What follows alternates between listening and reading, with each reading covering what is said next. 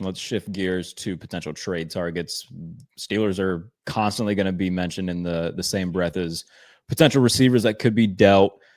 We're seeing some of that come back to light, whether it's Jakobi Meyers, Chris Olave. Do you expect them to make any sort of move? And if they do, who's it going to be for?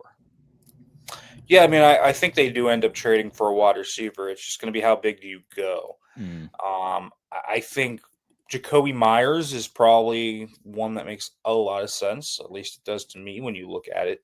He fits exactly what they don't have. He's a tough, kind of middle of the field, hands catcher, just really solid. They just need a steady Eddie. I think DK has kind of proven himself that he can be your one. I truly think that. They utilize him in a lot of different ways to where it allows DK to kind of be that guy.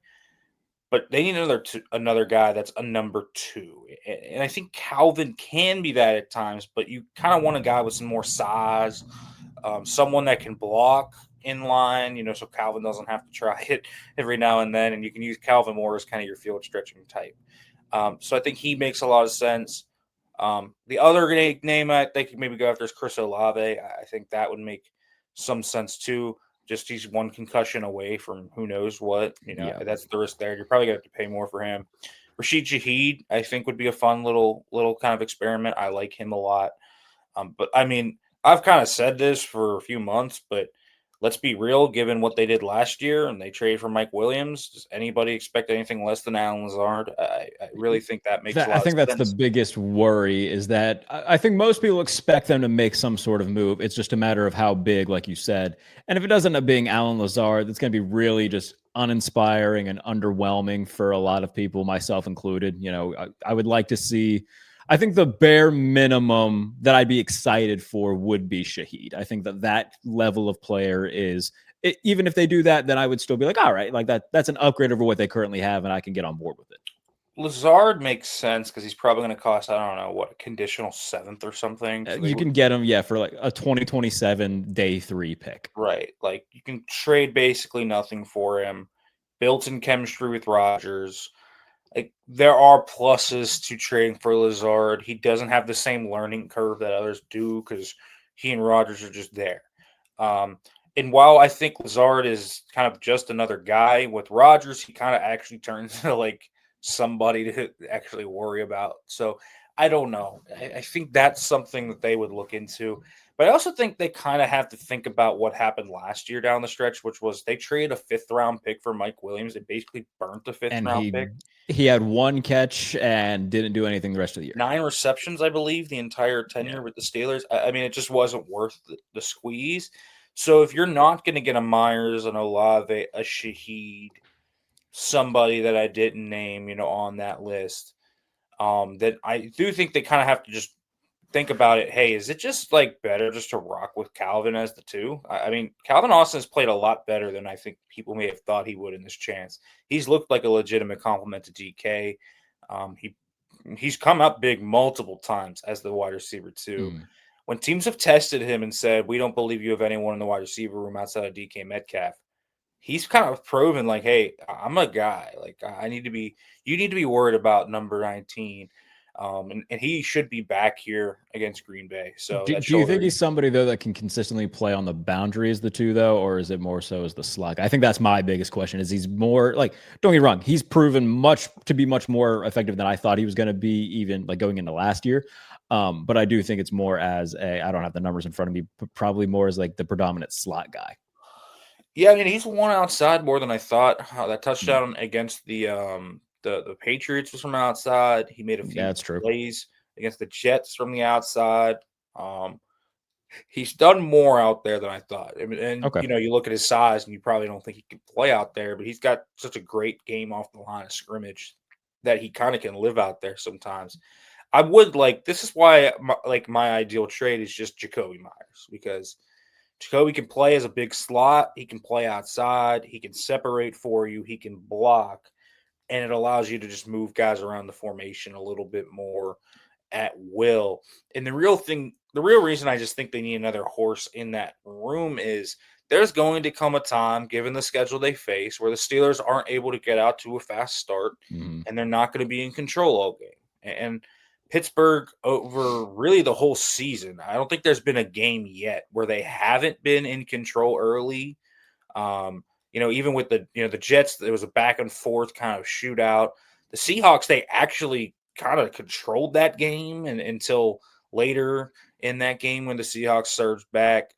If Caleb Johnson doesn't muff they kind of let that go. I do kind of wonder how that game squares up. But they really haven't been in a situation where they've had to play from behind a ton. And at some point, they're going to have to go 11 personnel, have 3 wide, and they're going to have to be able to create explosive plays in the passing game outside of just, throwing it up to DK. And I think if you can get another guy there, I think that'll allow you to do it. And it'll make this offense more sustainable if you can then come back in heavy, if you can come back in the jumbo, but also say, you know what, we're going to spread you out and attack you out of 3 wide. I just think that is something that could be really potent for them. Yeah, and I mean that's another reason why I'm hoping it's not like Mac Hollins that they bring in. Like nothing against Mac Hollins, he's a serviceable utility player, but when you are in that situation when you're down 8 and you need to spread it out and have multiple dudes who can win on the outside, like he's just not going to be that guy. So I think Myers is kind of the guy everybody's kind of circling and saying, all right, that's the most likely, realistic, biggest move they can make. Olave's in there too. On a scale of 1 to 10, what's the likelihood, in your opinion, that it would be AJ Brown? I'm at like a 0.5. Yeah, I'm like way down there. I can't see them doing that unless they're willing to make a gargantuan move. That would almost certainly involve like sending Highsmith as part of the trade. 100%. And I just don't think they're going to want to split up that pass rushing trio they have.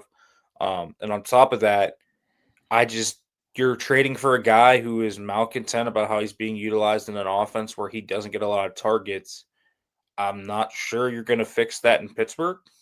I'm not sure. You have to compete with the other top wide receiver in DK. 2, they play so much 2 tight ends, 3 tight ends jumbo package. It doesn't really make much sense. That's why I keep saying they don't need a superstar. They need another steady Eddie. And I think someone like Myers makes a lot of sense. They don't need the entire chocolate bar. They just need a Hershey Kiss. Right. They just need somebody if DK, let's say they get Jakobi Meyers and DK gets hurt the next week and has to miss 3 games. Is Jakobi Meyers and Calvin Austin going to be like a great duo? No, but are you going to stay afloat? Yes.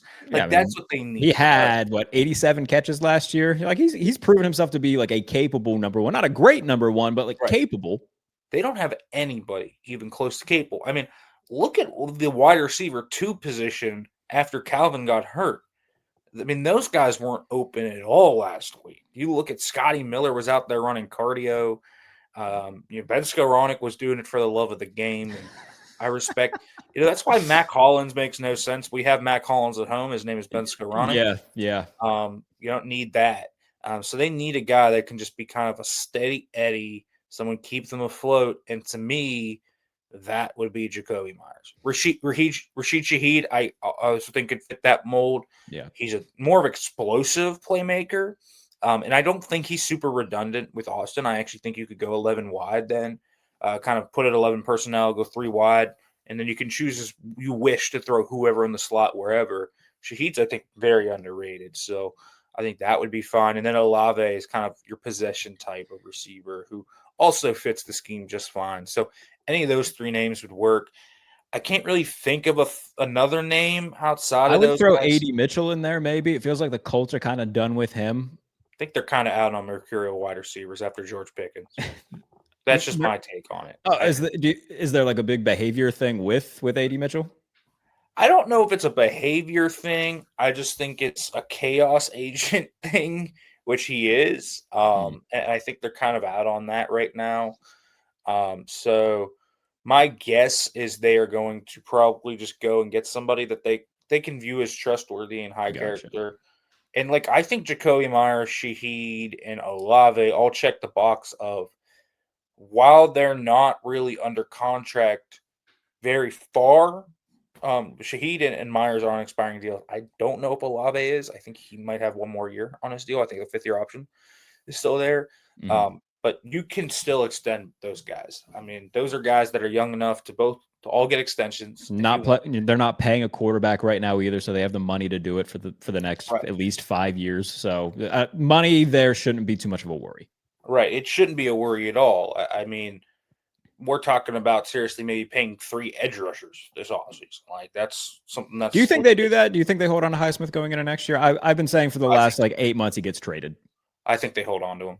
Okay. I think they will. They're not paying a quarterback. There's no reason to. I think the tight end's going to have a come to Jesus moment. Yeah. I mean, you can't pay 3 tight ends. That's just crazy. Right. Because I imagine they're going to try and extend Darnell because he's kind of ascended to that level. Mm-hmm. But like they don't need to pay him.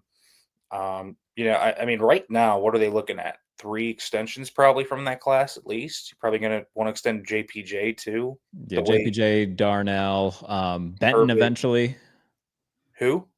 Was Benton in that class? Oh, yeah, he is. I mean, Benton. Yeah, so and you're talking about 4 or 5 extensions, maybe. That was just a really good draft class thus far, right. And so they're going to have to really figure out what they're going to do there. Right, but they need the young players, so they'll have to figure that out. But wide receiver, you could still pay somebody there, and Myers isn't going to like crack the bank.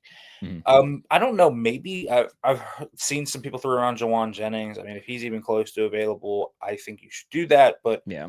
The 49ers wide receiver room, if you've kind of noticed it, it's kind of like all injured. So, yeah, I mean, Ayuk's hurt. I don't know what Pearsall looks like. I haven't really followed them too close this year. But obviously their biggest fish was coming off an ACL. I'm not even going to ask the Brandon Ayuk question because we spent 9 months doing that, and I just can't imagine that they would be interested in revisiting that whole thing. So, like, there's other names that people throw out, like DJ Moore is one. That could be fun.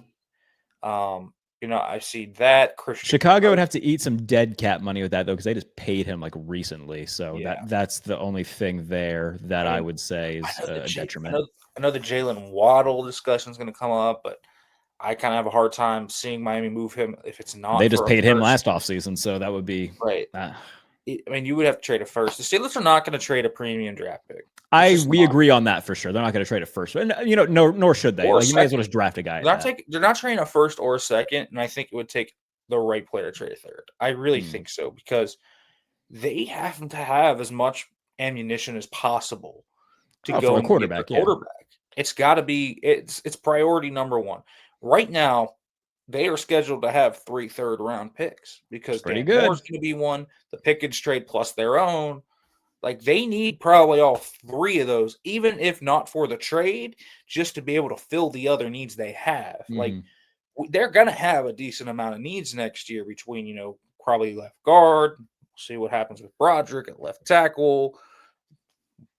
That's going to be a need. And so the only way you do that is, in my opinion, is if you say, all right, we can get Chris Olave for a third and sign him an extension because essentially you're filling in a need you would already draft at wide receiver. So it's got to be the right player. So those are the 3 that make sense to me, but I would totally be expecting like Lazard or something and wouldn't be stunned at all if that's where they go.